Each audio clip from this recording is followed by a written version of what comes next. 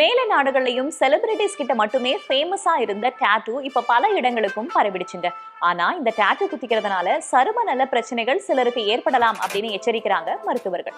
குறிப்பா scare சார்காய்ட், scare கிரானுலாமா போன்ற பிரச்சனைகள் ஏற்படுவதற்கான வாய்ப்பு இருக்கு. குறிப்பிட்ட சில வகை தொழுநோய்கள் ஏற்படுவதற்கான வாய்ப்பு இருக்கு.